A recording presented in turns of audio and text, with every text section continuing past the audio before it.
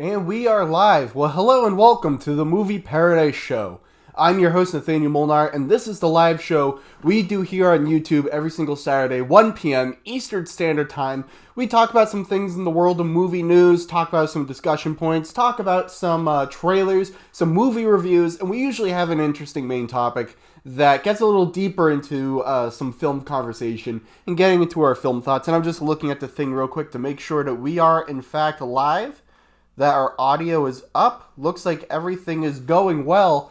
How's everyone doing today? So, this past weekend, I had a chance to catch up on some movies that I'd been meaning to catch up on. I finally, I finally got around to seeing Parasite, which was great. I'll talk more about that later. I got to see Dr. Sleep, and I got to see Harriet. That was all last weekend, and tomorrow I'm going to be checking out Ford v Ferrari. So, I feel like I'm getting caught up on all these movies, which is great. And please, in the chat, we will get to the live questions at the end of the show. So leave your thoughts, comments, questions in the chat. I'll address them at the end of the show. But please, if you've been catching up on movies too, let me know which movies it is that you have been watching.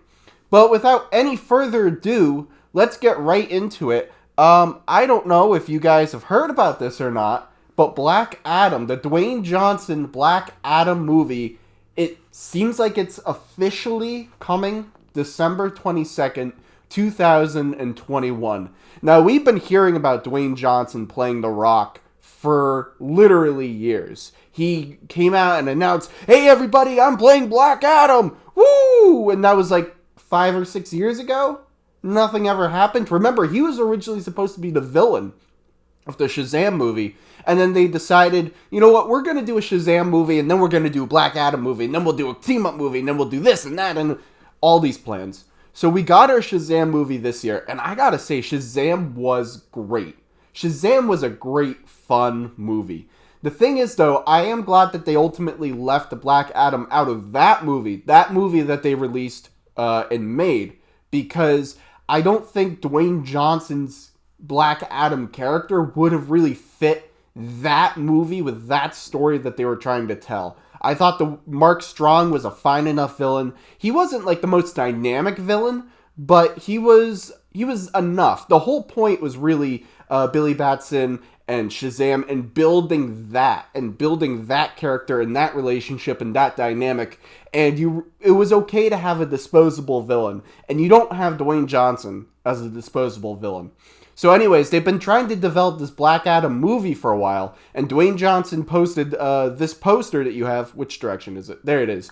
The poster you see in the graphic there, and announced officially, Black Adam coming December 22nd, 2021. Now, I'm in a little bit of a boat of I'll believe it when I see it, because like I said, they have been talking about doing this movie for like about 6 years now, so I will believe it when I see it. But I don't think they've come as far as to say an official date with an official year and all this. So this is a first big step for them. I'm interested in a Black Adam movie. I'm interested. The notion is intriguing. And look, I love Dwayne Johnson. Anything The Rock is in, I'll be interested and check it out anyways. Like, he's got Jungle Cruise coming out. I'm interested in that. He's got Jumanji. I love the last Jumanji movie. He has some movies that aren't so great, like Skyscraper was, whatever. I did not like Central Intelligence, although a lot of people do like that. Rampage was fine, it was enjoyable. You know, he doesn't have the greatest filmography, but Dwayne Johnson's one of these people where if he's in a movie, I'll be interested to go check it out because I do really like him. And so to see him as this character in a big blockbuster comic book movie, it's definitely interesting. However, I don't know, really, does the Black Adam character necessarily warrant its own movie? Part of me feels like the reason Black Adam is getting his own movie is because it is Dwayne Johnson. Because if you had had another actor in there who was not Dwayne Johnson, I don't know if Black Adam would be getting his own movie. I feel like Black Adam would just be the villain in a Shazam movie because that's initially what Black Adam is supposed to be. I feel like the only reason we're really getting a standalone Black Adam movie because it is Dwayne Johnson playing the character. So, I'm a little bit of a mixed bag in terms of the 2021 comic book movies, and that is a future topic we will do at some point on the show, talking about what's our most anticipated to least anticipated of the 2021 comic book movies.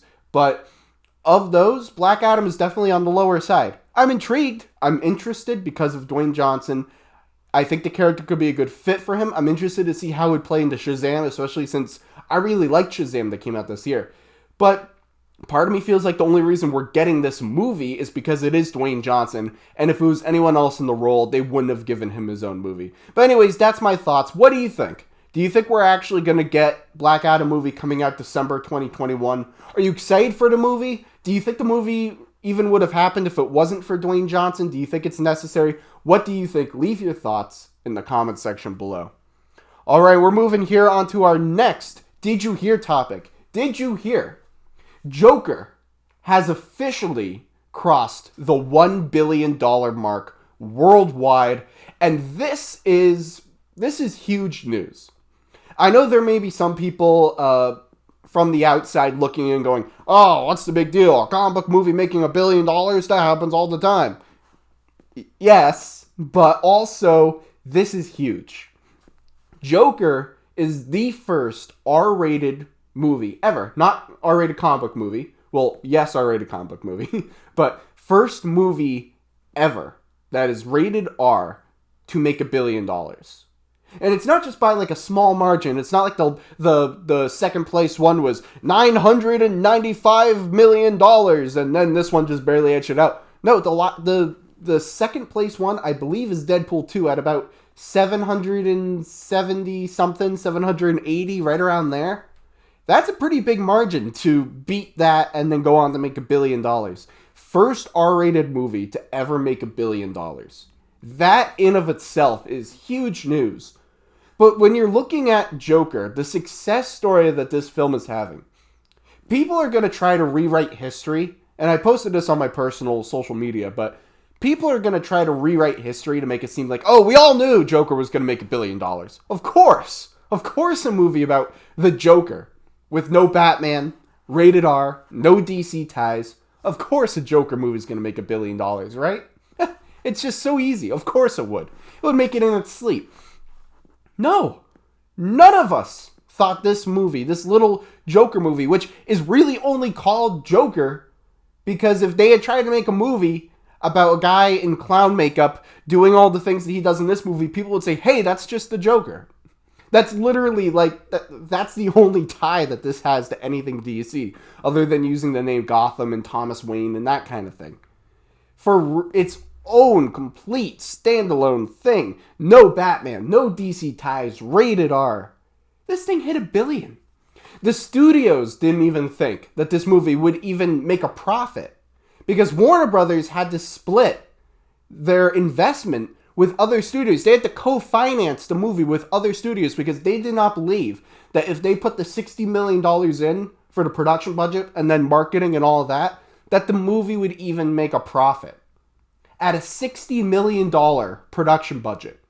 So they're looking at what? Maybe $200 million worldwide to break even? Maybe even a little less? They didn't think they could make that. Warner Brothers, because if Warner Brothers thought for a second that Joker would make over $200 million worldwide, or even say over 300, if they thought Joker could make over that, they would have financed the whole thing easily. 100%. If they even had an inkling of an idea that Joker could come anywhere near $1 billion, they would have immediately financed the whole thing themselves. But no, they didn't even think this thing could make $200 million. And they had to co-finance the movie. And now this thing just crossed $1 billion. First R-rated movie ever to hit $1 billion. And they didn't even think for a split second that this movie would come anywhere near $1 billion. This is huge. This is going down as one of the greatest Hollywood success stories of all time. For any movie. Not just comic book movie, any movie. And it's going to add to the narrative once we get to the Oscars. Because we're not done talking about the Joker.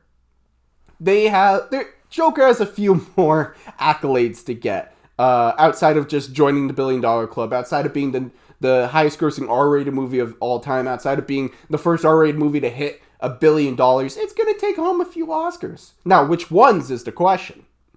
That is ultimately the question. But we're not done talking about the Joker. So I just think this news is fantastic. And I think it's well-deserved because this movie is great. This is a movie that people have been talking about for months. And I know we had the whole hysteria leading up to the movie that it's going to cause all these bad things to happen, which never ended up happening. But that aside, I think this is ultimately a good thing. It's a good movie. It's a great movie. It's my number 2 favorite movie of the year right now. It's a great movie. People are loving it, evidently, so much so that they're going back and back and back again and again so that it crosses the $1 billion mark. And I think this is the final nail in the coffin to the antiquated sentiment that you cannot have a successful R-rated comic book-based property movie. This is the final nail in that coffin. Because now we have the number 1 highest grossing R-rated movie of all time is a comic book movie. As is number 2, as is number 3. And it just hit $1 billion. So anyways, what do you think, guys? Are you guys surprised that Joker has hit $1 billion at the worldwide box office? Did you think it was only a matter of time? Or do you agree that, no, nobody had any sort of an idea that this movie would be this successful? Because Warner Brothers would have financed the whole damn thing if they thought for a second it would hit $1 billion. What do you think? Leave your thoughts in the comment section below. And now we move on here to a new topic, or a new point here on the Movie Paradise Show called Trailer Talk. Every single week, a bunch of different trailers drop, and I like to pick 1 or 2 each week and talk about them here on the show. And the first one we're going to talk about is for the new animated ScoobyDoo movie. This is a interesting week for animated properties. We had the ScoobyDoo trailer drop, we had a Sonic the Hedgehog trailer drop, and we had a SpongeBob trailer drop. I didn't even see the SpongeBob trailer. But ScoobyDoo is an interesting property. I grew up watching the old cartoons. I loved ScoobyDoo as a kid. You know, it's fun. ScoobyDoo is just a fun property. People going out solving mysteries. It's just fun. And when it comes to movies or subsequent television or anything like that, Scooby-Doo hasn't always been the greatest. You know, while I feel like everybody likes Scooby-Doo, all the content that comes out surrounding, based upon Scooby-Doo isn't always the best. But anyways, we have this new animated movie coming out next year. And when I first heard that they were doing an animated Scooby-Doo, I was like, yeah, okay, whatever, you know. They always try to do Scooby-Doo stuff. It's never always the greatest, so yeah, whatever. But I gotta say, this trailer, I got a kick out of this trailer. Now, I'm not saying this is like a most anticipated movie of next year or anything. I'm not even convinced I'm even gonna see the movie. But I gotta say, when I watched this trailer, I enjoyed it. I thought it was interesting to go back to that kind of moment where Shaggy and Scooby meet, and you have that moment in the trailer, and it was a nice moment. It was a nice moment. You get a bit of like an origin story with all the characters, and then you have that juxtaposed with the modern kind of telling of the characters. You have some fourth wall breaking in there, which I thought was really cool, which I think if you're going to go and do a Scooby-Doo movie like this, go meta with it. That's the best thing you can do with the property. And the joke at the very end with Daphne saying, "Oh, is the killer my dad?" You know, that was a funny moment. So I gotta say, there were some funny jokes in this. It was entertaining. I had a good time watching this trailer. Now again, not going to be one of my most anticipated next year. I'm not even 100% sure I'm even going to see the movie. But I gotta say, for a trailer for something that I thought was just kind of a dead horse at this point, I got a kick out of it. So anyways, what did you think? Did you like the trailer for Scoob? Is it something you're going to go see, or do you really not care about this? Leave your thoughts in the comment section below. And we move on here to another trailer to drop this week, and that is for the new Sonic the Hedgehog movie. Now, for people out there, you probably have followed the drama that surrounded the design of Sonic, because remember, this movie was supposed to come out, I believe, this month. It was going to come out November 2019, and they put out the trailer that had the previous design of the Sonic character, and everybody hated it. People were just brutal, non-stop ragging on that design, and it was a terrible design. The design was horrible. It didn't look good at all. Now, I get what they were going for. They were trying to adapt the character. They're trying to take a character that's clearly a cartoon character and at least give it some sort of like a real world feel to it. They were at least trying to, like they gave it teeth. That's the first step, giving Sonic teeth. But it backfired on them. Everybody hated it. And so they actually listened to people and said, you know what? You're right. We're going to delay this movie. It's going to come out in 2020. We're going to do a redesign of the character because we want to give you the best movie that we can give you. They should have started with the script, but that's another point.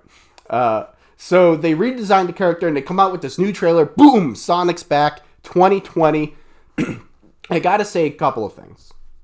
First of all, the design looks fine, It's definitely a much more accurate version of what Sonic is. And so on that basis, that's cool. I've never been a Sonic the Hedgehog fan. I've never really played any of the games or followed anything like that. I mean, I know of the character, but I've never really, had anything to do with Sonic. So I have no real sort of predisposition to the character, the world, or anything like that.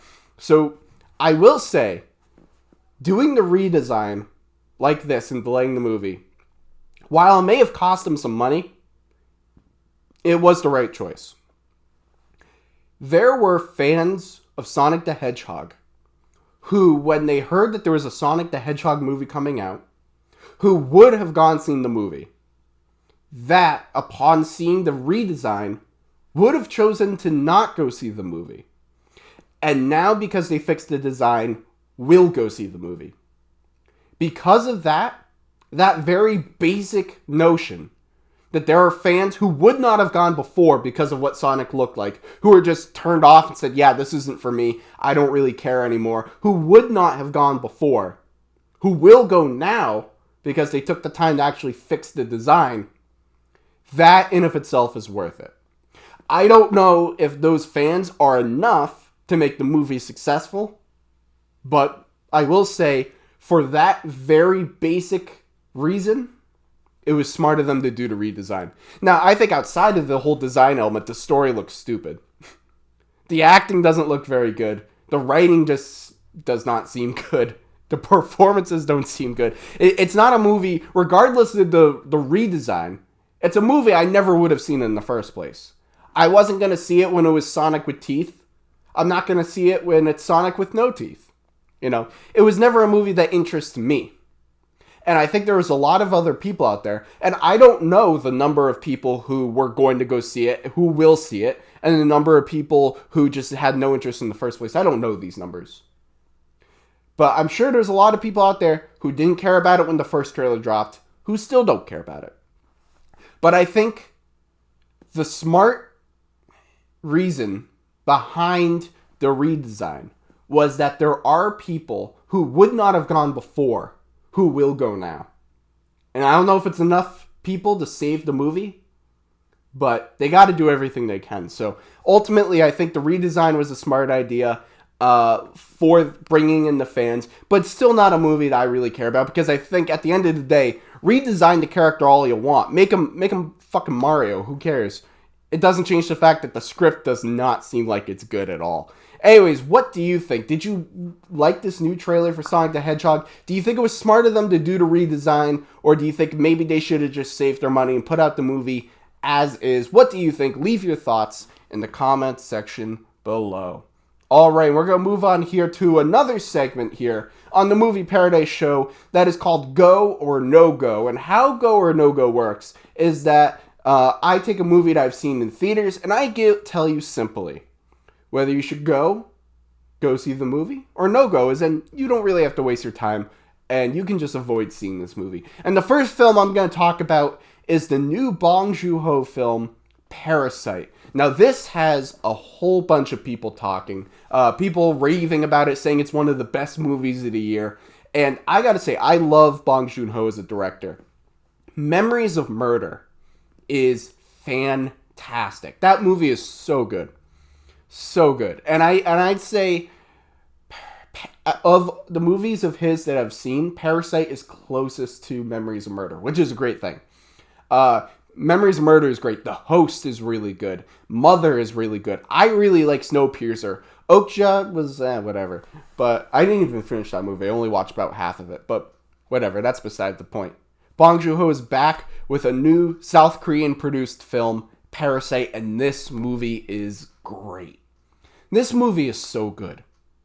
It is really, really, really good. Bong Joon-ho shines in this movie from the direction and the writing, and it's great because it draws you in with like a kind of playful premise. You have great family dynamics. It's really funny. It's just so enjoyable for the first part of it. And then the film takes a really kind of dark turn. And it's even better. And once it starts playing out that way, it just takes a turn that makes it even better. So it starts out really good in one direction, and it goes in a complete 180, and it gets even better.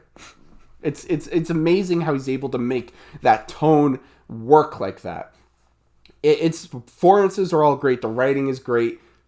This has some intense stuff in this movie. And, you know, people were talking about the level of, like, real-world violence in Joker. There's a scene in this movie. I'm not going to give any context or anything. But there's a scene in Parasite that I think is more gruesome, more brutal, and definitely feels more real-world than any of the violence in Joker. And nobody's talking about Parasite in those terms. So I just think that's kind of funny. This movie is great. If you're a fan of Bong Joon-ho, I think you should definitely go see this movie.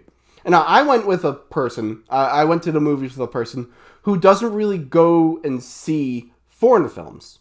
You know, it's not really his kind of thing. I think he said this was the first foreign film he's ever seen. And, you know, he was a little dubious, like, oh, I have to sit there and read the subtitles for the whole movie. Is that going to be distracting? How is it going to be? Blah, blah, blah. We walked out, and he was like, loved it. Great movie. Great. And I was like, so subtitles, did they bother you? And we're talking later, and he's like, no, it just kind of like, yeah, it was a little distracting for like maybe the first 10 minutes or so. But then you just get into the movie, and that's it. So I think if you're somebody who loves Bong Joon-ho films, is definitely predisposed to foreign cinema, and are really looking forward to this movie, you're going to be satisfied. If you're somebody who's never seen a foreign film, and is dubious about, oh, subtitles, is that going to be an issue? I don't really want to read blah, blah. It's not going to matter. You're going to enjoy it. Or hopefully you will. You know, all film's subjective. Maybe you will, maybe you won't. But you'll enjoy it. Parasite is a great movie. And I'll be doing a full spoiler-free review for the film. So check that out. That should be going up on the channel in the next few days. But this is one of my top movies of the year. I think this is number 3 right now. Parasite is my number 3 movie of the year. I love this. I'm absolutely going to give it a go. What do you think? Have you had a chance to see Parasite yet? Are you planning on going to see Parasite? Leave your thoughts in the comments section below. All right, and now we're going to turn to our next go or no-go, and that is for the new Harriet Tubman movie, Harriet. Now, this is a movie I don't think I'd really seen many trailers for it before. I just was going in because I knew Cynthia Erivo, and I might be mispronouncing her last name, and if I am, I apologize. But I really like her as a performer. I think she's a great actor. And I was excited to see her as Harriet Tubman, and I was very interested in the movie. I think Harriet Tubman's such an interesting person who lived such a really interesting life, and is one of these American heroes who I feel like people know her name, but we don't really all know her story. And so I was very interested to see that portrayed in the film. And the movie's very good. Could have been better. With the subject matter this film is tackling, in terms of American slavery and the heroism of Harriet Tubman and just all these different factors, I felt like there were all the pieces in place for this movie to have a bigger punch than it did. It could have been I would equate it almost to the feeling I had when I saw 12 Years a Slave. 12 Years a Slave is a movie that gets under your skin, that punches you in the gut, that just really unsettles and unnerves you and makes you just angry and just filled with absolute sadness and just furious with the evils of this world. That's a movie that 12 Years a Slave is a movie that can have that level of visceral reaction. You can have that sort of reaction to it. Harriet doesn't quite take it to that level. Now, granted, Harriet didn't need to be a movie that took it to that level. I'm just saying that when you're dealing with this sort of subject matter, that's the kind of place you can take it to. And I felt like Harriet didn't take it as far as it could have taken it. You know, in terms of getting me to have that sort of, like, strong, visceral reaction to just the evil of what's going on in this time period. Now, I will say, Cynthia Erivo's fantastic in this movie. She's great. I don't know if she'll be up for any Oscars or not. She gives the kind of performance that I could very well see her in the discussions for Best Lead Actress, but also, if she's not included, I'd be like, yeah, no, there's definitely other performances that could be in there. You know, but Cynthia Erivo is great in the movie. I just really liked her performance. I thought the story was really interesting. It just didn't quite take it to that next level that I felt like it could have to really hit it home, to have such a visceral feeling and reaction to it. And it just didn't. Now, you could make the argument it didn't need to do that, but that's just how I felt. Anyways, what do you think? Have you had a chance to see Harriet? Is it a movie that you're planning on going to see? Leave your thoughts in the comment section below. And now we move on here to our main topic on the Movie Paradise Show. And then with our main topics, I like to try to take something current events related in the world of movie news and kind of spin it off into a more interesting discussion point. This week we had Disney Plus launch, which is Disney's big new streaming service. And it exploded when it came out. You know, it had 10 million people sign up on day one. They were projecting 8. And it's only available in like 3 countries or something like that at the current moment. So Disney Plus is a huge, huge success for Disney. However, with the launch of Disney Plus, we are entering now what I am calling a new age of streaming services. So, what was the old age? The old age was Netflix and Amazon and Hulu and HBO Go, where these streaming services had a rather diverse catalog. You know, while Netflix produces its own content, they make their own movies, they make their own shows, they also had a wide variety of other content. And it wasn't just one kind of content. You could, on Netflix, you could go watch City of God and you could watch Moana. You know, you could watch any kind of film from different studios, different filmmakers, different genres. There was a whole large diversity in their catalog. And you had that with all the streaming services. Amazon Prime, while they made original content, wide variety of diverse content. Same with HBO, same with Hulu. And the great appeal about these streaming services is that you could sign up for one and you had a whole bunch of different options of different things that you could watch. That was the old age of streaming services. Now we have entered the new age with the launch of Disney Plus. Now, Disney Plus is not the first studio to do this, or the first streaming service to do this, but it's one of the most prominent ones. And it signals the new age. And that new age is studios and companies creating streaming services that are exclusively their own content. Disney Plus has only Disney content on it. Now you might say, Nathaniel, what's so bad about that? A lot of people love Disney. A lot of people are willing to pay $8-9 a month to watch Disney stuff. What's so bad about that? I think on the surface there isn't anything really bad about that. It's when you go beneath the surface and start thinking about what's next to come that things start to become a problem.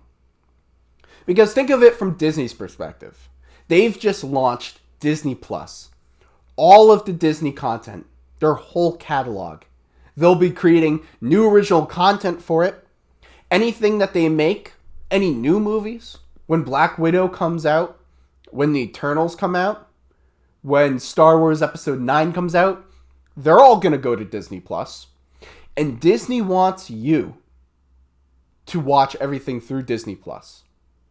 What's ultimately going to happen is that any other way to watch a movie, a Disney movie, outside of Disney Plus, those options are going to disappear. Because right now, before the launch of Disney Plus, let's say I wanted to watch Moana. I could go on demand and rent Moana for $3.99 if I wanted to. I could run down to Best Buy and buy the Blu-ray for $20 and watch Moana whenever I want. I could see if it was on Netflix or see if it's on Amazon. There was a whole host of different options to watch it. But what's ultimately going to happen is that the only way to watch Moana, if you want to watch Moana, the only way you're going to be able to is if you pay $8, $9, $10 a month to have the Disney streaming service. Because Disney wants everyone watching Disney movies through Disney Plus. In the next couple of years, again, it won't be tomorrow, might not be next week. Within the next couple of years, we're going to see Disney removing their movies from any sort of on-demand thing. No longer will you be able to spend $3.99 and rent Moana and watch it. Because why would Disney let another company offer that to you when you could be paying Disney $8, $9 a month to watch any Disney movie? They're going to stop producing physical media. I'm sure of it.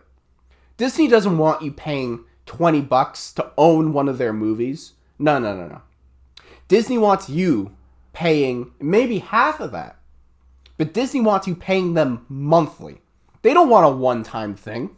They don't want you to just pay $20 one time, that's it. You get the movie, you're good, that's it, you're done. No, they want you paying month after month after month for years. And what's going to happen? Any other way to watch a Disney movie is going to disappear. So that when Black Widow comes out, it'll go in theaters, you can go see it. But once Black Widow is out of theaters, and you want to watch Black Widow again, you won't be able to go on demand and rent it for $3.99. You won't be able to go down to the Target or Best Buy or Walmart and get the Blu-ray, watch it whenever you want. No, you're going to have to pay monthly to watch Black Widow. Or to watch any Disney movie. And you might say, well, Nathaniel, what's so bad about that? It's $8, it's $9 a month, and they have thousands of movies on there. What's the big deal? The amount of money it would take to buy the Blu-ray for every single one of those movies, you're saving yourself a ton of money by getting the Disney Plus streaming service. What's so bad about that? Because if it works for Disney, every other studio is going to do it. Every other studio. And we're starting to see this happen. We're starting. Warner Brothers is getting ready to launch their streaming service at some point. Apple just launched one. HBO is relaunching a new one, HBO Max. And I guarantee you, with the success of Disney Plus, because before, if you had talked to us 5 years ago, we would have said, there's no way that people would be willing to spend $8, $9, $10 a month to watch the catalog, the library of one studio. People are only going to pay for a streaming service that has a bunch of different kinds of content on there. They're not going to pay for one studio's library. They won't do that. Here we are. And before long, Warner Brothers will launch their streaming service. If you want to watch any Warner Brothers movie, if you want to watch Harry Potter, if you want to watch DC, if you want to watch any of these, you're going to have to pay $8, $9, $10 a month for the Warner Brothers streaming service. Then Paramount's going to come out with theirs. Hey, you want to watch the new Mission Impossible movie? Did you go to the theater and enjoy Mission Impossible 9? Are you going to want to watch it after it comes out out of theaters, well, you're going to have to buy the Paramount streaming service and pay $8, $9, $10 a month to be able to watch that. Sony is going to launch theirs. You want to watch the new Spider-Man movie? Well, you're going to have to get the Sony streaming service if you want to watch the next Spider-Man movie. And before long, every single studio is going to have their own streaming service with their own specialized, unique content. And before long, if you want to watch any movie outside of its theatrical release, you're going to have to make sure you're getting that studio's streaming service. And ultimately what's going to happen is there's going to be so many, people are going to have to pick and choose which ones they want to see. And it's going to come down to it. Like, I loved that new Mission Impossible movie. Mission Impossible 9 came out. I loved it. I thought it was great. I want to watch that again and again. But I'm already paying for Disney Plus. I'm already paying for Warner Brothers. I'm already paying for Sony. I can't afford the Paramount streaming service. So what then? Do you not get to watch Mission Impossible 9 ever again? Or do you have to go through the same thing when the next James Bond movie goes out and you say, well, I gave up the Sony streaming service so I could get Paramount because I love that Mission Impossible movie, but damn, I love that James Bond movie. All right, which one am I canceling now? That's the future that we're heading towards. And so I just want to say, as we celebrate the launch of Disney Plus, I haven't gotten it yet myself, and I will get it. I'm going to be part of the problem. I will get it at some point. I'm just waiting until at least all the episodes of Mandalorian are up there before I start paying monthly to watch it, because I'd rather just binge watch all of it than spend the last couple months paying the monthly fee when I could just wait till the end and binge it. I will be getting Disney Plus. And there's a lot of people out there who are getting Disney Plus, who are loving Disney Plus, and I'm happy that people are happy. I'll never actively wish for people to be upset about anything, you know. I'm happy that people are excited and loving Disney Plus.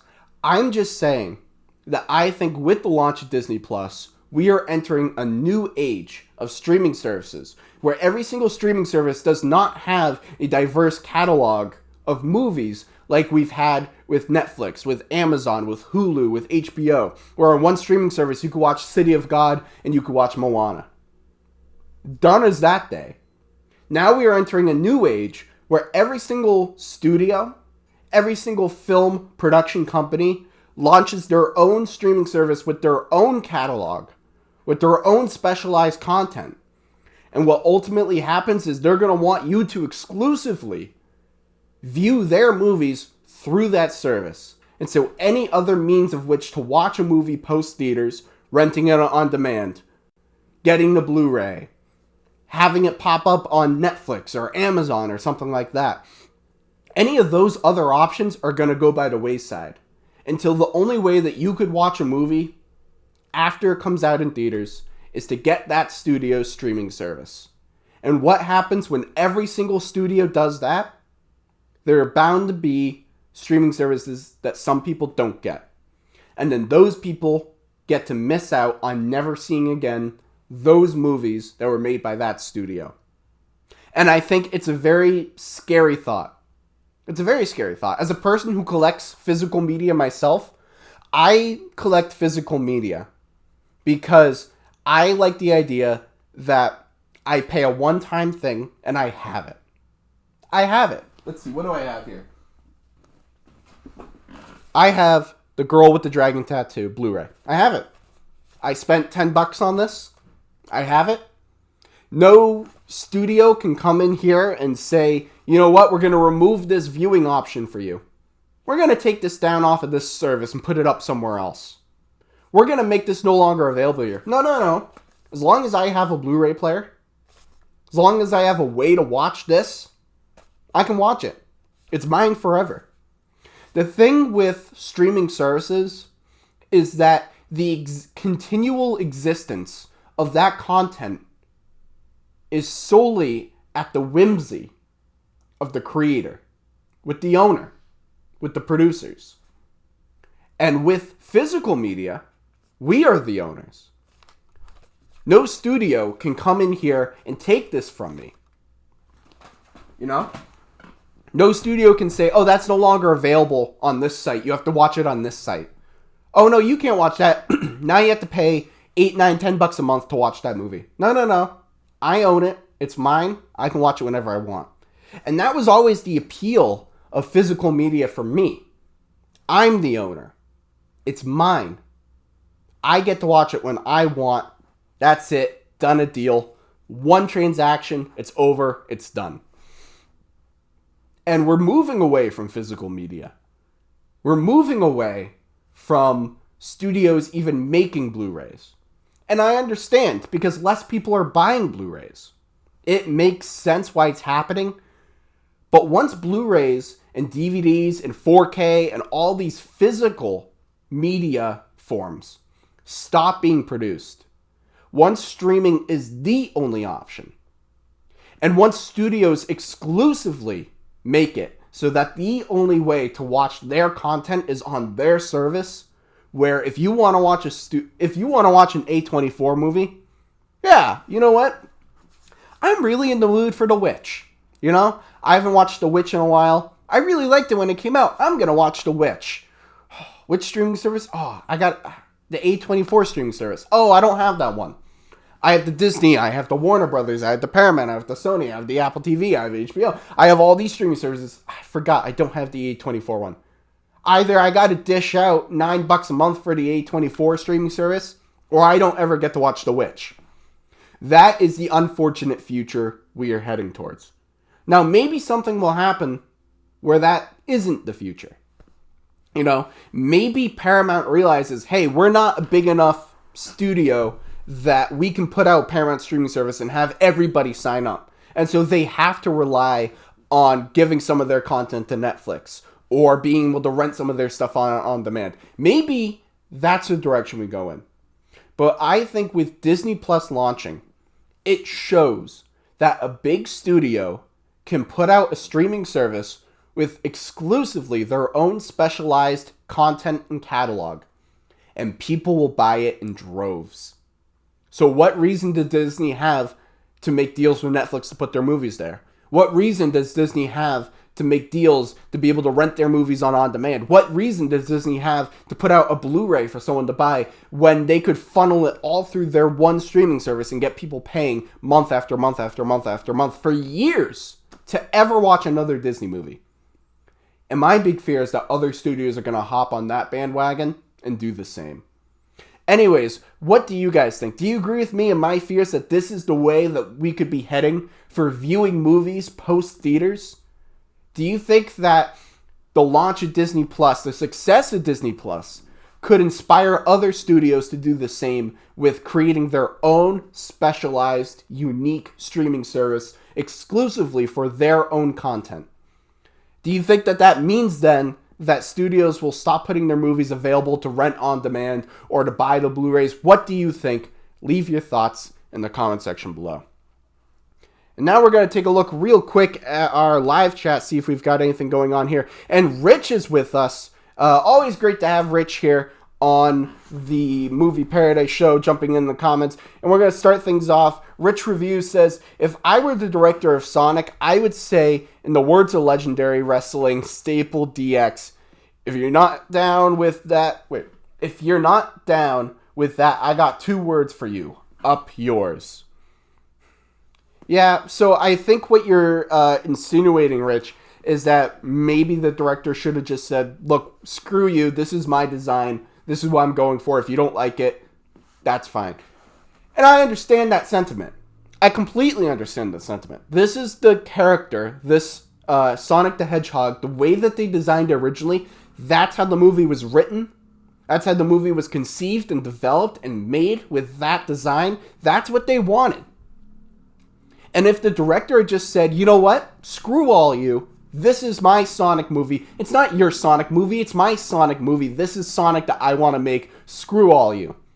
If that's what he said, that's fine with me. That's his decision.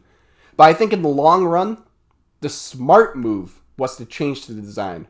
Because there were fans who would have seen a Sonic movie, who were turned away, who said, I'm not going to go see this movie because of the design. And now that the design has been changed, they will see it now. And for that reason alone, and I don't know how many people outside of that cluster were going to go see this Sonic movie anyways, because I don't think this is going to be a huge movie. I don't think there's a huge clamoring for a Sonic movie. I think you needed to get those fans on board, and this was the way to get them on board. So I agree with the sentiment. I completely agree, and if that's what the director wanted to do, I'd say go for it. But I do think it was a smarter move to change the design. Rich writes, while I liked Harriet, I felt it didn't do enough that goes into how the Underground Railroad operated. You're exactly right. We heard that what the Underground Railroad was, and then we got a bunch of montage shots of Harriet freeing people, but we didn't really see how it functioned and how it operated. I think that's a very good point. I feel like that was definitely something that could have been done in the movie, that expanding upon that part would have made for really interesting. Rich writes, YouTubers unite to stop COPPA. Now, COPPA or COPPA, I'm not sure which way it's said. I don't know too much about this. Rich was writing to me about this on YouTube, on Twitter the other day. I don't know too much about this. I have done very, very, very, very little research into what this actually is. But from my understanding, this is basically content creators on YouTube now have to signify if their content is made for kids or not. And you just have to say, this is made for kids, this is not made for kids. And I assume that has to do with how the YouTube algorithm works, in that if you have a user who's a kid, they'll try to make it so that you're not watching, stuff that's definitely not made for kids. I think that's a good thing. Now again, I don't know anything really about COPPA. I haven't looked into it, I haven't read into it. I just was asked, hey, is your stuff made for kids? I checked no, because I want to be able to say fuck if I want to say fuck, So I haven't looked into it. Maybe there's stuff in the fine print that I don't know, but on the surface level, it looks like it's just making sure that YouTube knows if your stuff is made for kids or not, and if that's really all that it is, then I have no problem with it. Rich writes, YouTube was the first to throw in the towel when it comes to streaming. Although they still have programming, they don't have it under a paywall. Yeah, so there's YouTube Red, which they have original content for. I think if YouTube wants to have YouTube Red and create their own content, that's great. Because the thing is with YouTube, you can view millions, if not billions, of videos, of content, of stuff on there completely for free. You can upload your own stuff. You can view any other stuff. There's so much you can do on YouTube with no expense. So if they want to create a subset of YouTube where you do pay money to watch some of their original stuff, I'm all fine with that. I don't pay for YouTube Red. It would be a little bit different if YouTube said, if you want to use YouTube at all now, you have to pay $5 a month. $5 a month. If you want to upload, it's going to be $7.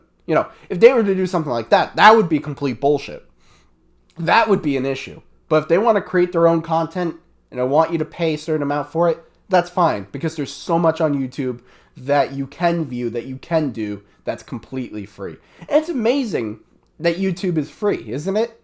The amount that you can watch, the amount that you can do, people have created their entire careers are on YouTube. And it's completely free. It's really amazing that it's free.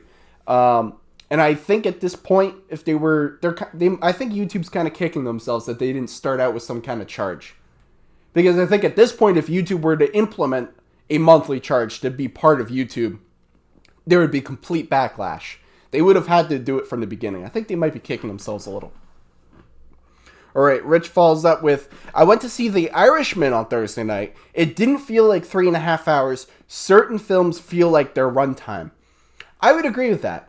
There are definitely movies. Martin Scorsese is a filmmaker who he can make really long movies and they don't feel that long. Like Wolf of Wall Street, that's a 3-hour movie, and that movie flies by.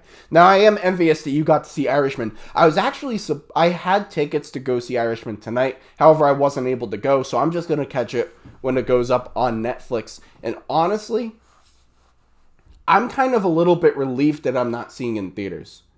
Because I don't know if I can sit through a 3.5-hour movie in theaters without knowing for sure that there's an intermission. I have no idea if the theater that I was going to go to was going to have an intermission or not. And I need an intermission for 3.5 hours. I've been saying for a while, I think any movie over, I would say either over 2.5 or over 2:45, any movie over that period of time in its runtime should have an intermission. Because I think if you're approaching 3 hours, you need to have a break. You really need to have a break. I don't think it's good for anyone to have a 3-hour movie with no intermission, because then you have people leaving the theater. Like this was the issue with Endgame. I went to go see Endgame. I didn't want to miss a single second of that movie. Not a single second of that movie. And yet there came a point where I had to run to the bathroom, and I just had to go and try and hope, and just hope, that I picked a good scene that I wasn't going to miss too much in. Because especially in a movie like that where so much is going on, you pick any 5 minutes of that movie, you're going to miss something big, you know? And these intermissions shouldn't be done through the theaters, they should be done through the studios, because I did have an intermission for It Chapter 2, which is almost 3 hours. And that movie, the theater clearly just picked a random scene, stopped it. I was like, okay, go ahead, and it ruined the whole pace of the movie. So, studios should be picking these intermissions. They should be figuring them out with the filmmakers, with the editors. They should be figuring out the intermissions. And I think it should just be custom at this point. Any movie that's over 2.5 or over 2:45 should have an intermission. But it's great to hear that you like The Irishman. I'm going to check it out when it goes up on Netflix. All right, Rich follows up. I'm going to have my worst of the year list coming out on Thanksgiving. What better way to celebrate turkeys with the most forgettable films of the year? Absolutely. I think, for me at least, Thanksgiving is a little too early because that's a whole nother month of movies coming out. I usually try to wait until the very, very end of the year. Now, I've moved away from doing worst lists. In that, now I do least favorite lists. And I know because every single year, once we get to the end of the year, people start putting out worst lists. There's always this same conversation that people have, like, should we really do worst lists? Because it's just reinforcing, it's just talking negatively. It's just shit-talking movies. It's just shit-talking filmmakers. And is that really a good thing to do? I mean, they get it bad enough when the movie comes out and everyone hates it. Do we really have to bring it back at the end of the year? And I've always said, look, I think if you're going to talk about the best movies of the year, the yang to that yin is that then you talk about the worst movies of the year. It's just natural. However, in the last year or so, I've rephrased it to being favorite and least favorite. Because I think best and worst reinforce this idea of absolutism. That these are the best, that it's definitive, that it's objective, best and worst. Whereas there is no objective part of talking about movies like this because it's a subjective medium. What are you measuring? I always say the only objective thing about a movie is its runtime. So what's best about this movie? So I frame it now favorite and least favorite because that's what we are talking about. I'm talking about my personal favorite movies of that year and my personal least favorite movies of the year.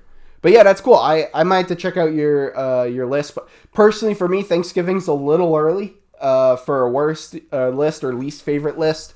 I'll wait till the end of the year. But I will take this time to say to viewers out there, so we will be doing, every year on the Movie Paradise, we do wrapping up of the year. We will be doing wrapping up 2019 in December. Me and Rob, who usually is a co-host here on the Movie Paradise show, we will be doing our wrapping up 2019 videos. We'll probably do a few different live streams to really wrap up the year. It's going to be fun. You're not going to want to miss those.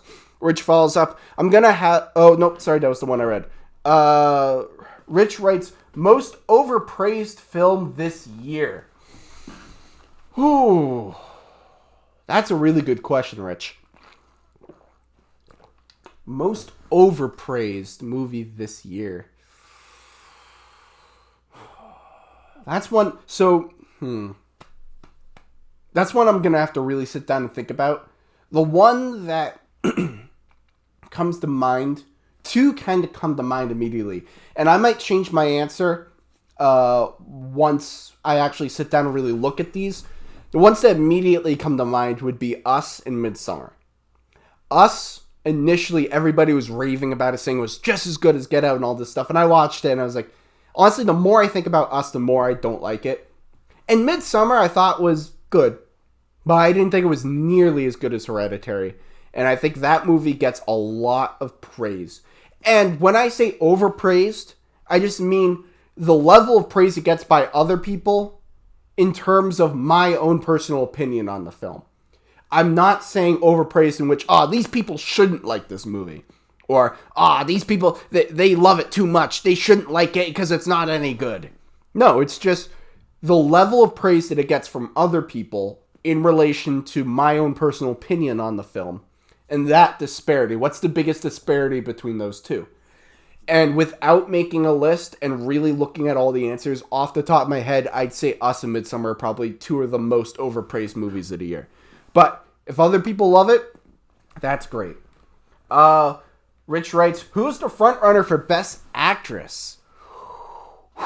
That's another good question. There's a few. I think we have a few more to go. We have a few more big movies to get to before we can really have that conversation. I don't really know. But I will say, I don't know if it would be Best Lead Actress category. They might push Best Supporting Actress. I really think that Rebecca Ferguson for Dr. Sleep should be in this conversation. I mean, Dr. Sleep, I don't think it's going to get a ton of Oscar nominations, but she was fantastic in that movie. And I mean, I've seen her she's good in Mission Impossible, and she's good in some of these other movies where her performance is more physical. But in Dr. Sleep, it's a performance base. It's not just physical. She's emoting. She gives a great dynamic performance. And I mean, maybe once we get to the end of the year, there's going to be enough other people that I'm okay with her not being in the conversation. But right now, I'd say, I think, maybe Best Supporting Actress, not Lead Actress. I think Rebecca Ferguson should be in these conversations. Rich writes, thoughts on people trying to create a new Box Office Mojo site in light of what IMDb Pro did to Box Office Mojo. So I don't know anything about that. I'm just going off of what you said in the message here. So do you mean create a new Box Office Mojo as in it says this is Box Office Mojo and they're just doing Box Office Mojo? Or a new box office style website? Because there are plenty of other websites that collect box office information. They'll tell you what's the biggest movie of all time. That will give you the breakdowns of what's week by week, what's all the grosses and everything like that. There's a lot of sites that'll do that. So do you mean a website that, no, this is Box Office Mojo, but isn't related to IMDb Pro or anything like that? Or just a new box office site that is kind of more in the vein of what Box Office Mojo was? Because I think those are two distinct things. I will say, I don't like the redesign of Box Office Mojo that IMDb Pro did. I love the original design. I don't like this new one. It still works. Box Office Mojo is still my go-to site for any box office information. I don't love the redesign, but I still use it and it still works fine. If I had a choice between the two, I'd go with the original. But I need to know a little bit more information about this before I could really comment on it. Rich writes, is VR the future of movies? I think maybe. And it depends, because it would be a whole new way of not just... It would be completely new. In that the way you make the movie, the way you film it, also the way you design the narrative, because for a VR movie to work, you have to make sure that you have full 360 viewing of that movie. Now, when you make a movie now, all that you're capturing is what's in that frame. And I know from personal experience, when you're capturing just what's in that one frame, you have no idea how much is outside of that frame. All the mics, like dozens of people, all the equipment, everything is outside of that one frame. Because all you have to do is get that one frame, whatever you want in that one frame, and you can have anything outside of that frame, as long as it's free. If you're doing 360 movies like that, then you have to... Now, granted, it would probably use some CGI and stuff, but you have to make sure that everything is viewable in a 360 VR movie. And I don't know. I mean, we've had gimmicks before in filmmaking. We've had 3D, we've had stuff like that. We've even had 4D. Is VR the future? I don't know. I definitely think some people will attempt it. I think we will get some VR movies where it's a narrative film, but you can view the whole thing. Someone will crack that code eventually. Is it the future of movies, as in that is the only way we'll view movies, or that movies will be made? I don't think so, but never say never. You never know. Rich writes, the SpongeBob trailer is fine, nothing special.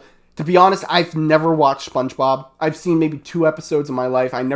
All my friends grew up on SpongeBob. I've never watched it, so I have no desire. I don't really care about SpongeBob. So, I don't know. It's just, it's nothing I'll see. It's cool that Keanu Reeves is in it. But, I mean, I love Keanu Reeves, but no, it's nothing I really care about. Rich writes, I found this great podcast that you might like. It's called Canceled Too Soon. They discuss TV shows that were 1 season or less. That is an interesting thing. I'm going to have to check that out. I'll have to look that up. Canceled Too Soon. That's an interesting title. Rich writes, what is your worst film this year? My least favorite film of the year currently, and this may change, but I think it's Detective Pikachu. I did not like that movie at all. Now, granted, I said this in my review. Granted, I am not a Pokemon fan. I never, when I watched Detective Pikachu, I could totally see how someone who's grown up with Pokemon, who loved Pokemon, could see that movie and just be in absolute awe of it. Because, and this was something, so I was actually just talking about Detective Pikachu the other day with a friend of mine who's a huge Pokemon fan. And he was telling me that, it was such an experience for him to see these characters on the big screen. That it was it was an emotional experience for him. Because I think some of us comic book fans, who in the last, 10, 15 years, we've had the privilege, I think we might have gotten a little too comfortable with it. That these big things that we love, seeing it on the big screen, having that experience, we get to see 7, 8, 9 comic book movies a year. We haven't had that experience in a long time. We haven't had that experience of this thing that I love and I cherish that's on a page. I get to experience that on the big screen. They get to make a movie for me about something I love. We haven't had that unique experience in a very long time as comic book fans. And so I think sometimes we forget how emotional that experience can be for someone who is a Pokemon fan and, have always played the games, have read I don't even know, are there comic books or are there books? I don't know. All that kind of stuff. To see a big screen movie of it, that can be a huge thing for someone. Now, for me, I don't care about Pokemon. So, I did not care about the story. I thought the script was terrible. And I love Ryan Reynolds. I got sick of Ryan Reynolds as Pikachu after 5 minutes. So, it's my least favorite movie of the year. But it's one of those, if you're a Pokemon fan, I 100% get why you would love that movie. Rich writes, streaming services are becoming what cable was back in the 90s. Cable cutting is still the elusive dream. Yeah. I've heard a lot of people kind of make that comparison that, oh, we had cable and we all complained about cable and streaming service was supposed to replace cable and now streaming services are just becoming the new cable. It is funny how that kind of all worked out. But, I mean, the thing with cable, though, was, I mean, you weren't paying but for each individual channel, That's not how cable worked. So streaming's a little bit different. But, I mean, it's going to ultimately be about the same amount of money, if not more, for all these streaming services. Especially when every single studio starts making their own streaming service to watch. You want to watch Black Widow? You got to do Disney+. If you want to watch Mission Impossible 9, you got to get Paramount. If you want to watch James Bond, if you want to watch the next James Bond, you got to get the Sony streaming service. It might even get more expensive than that. Rich writes, "You are an amazing individual." Thank you, Rich. Thank you. That's very nice of you to say. And I'm always love when you join us for these talks, and I love answering your questions. It's really great. And I think that is a great place to end our show today. So thank you so much for joining us for the Movie Paradise Show. Once again, you can find us live every single Saturday at 1 p.m. Eastern Standard Time on YouTube, talking about movie stuff. And once again, I'm your host, Nathanael Molnár. So thank you so much for watching.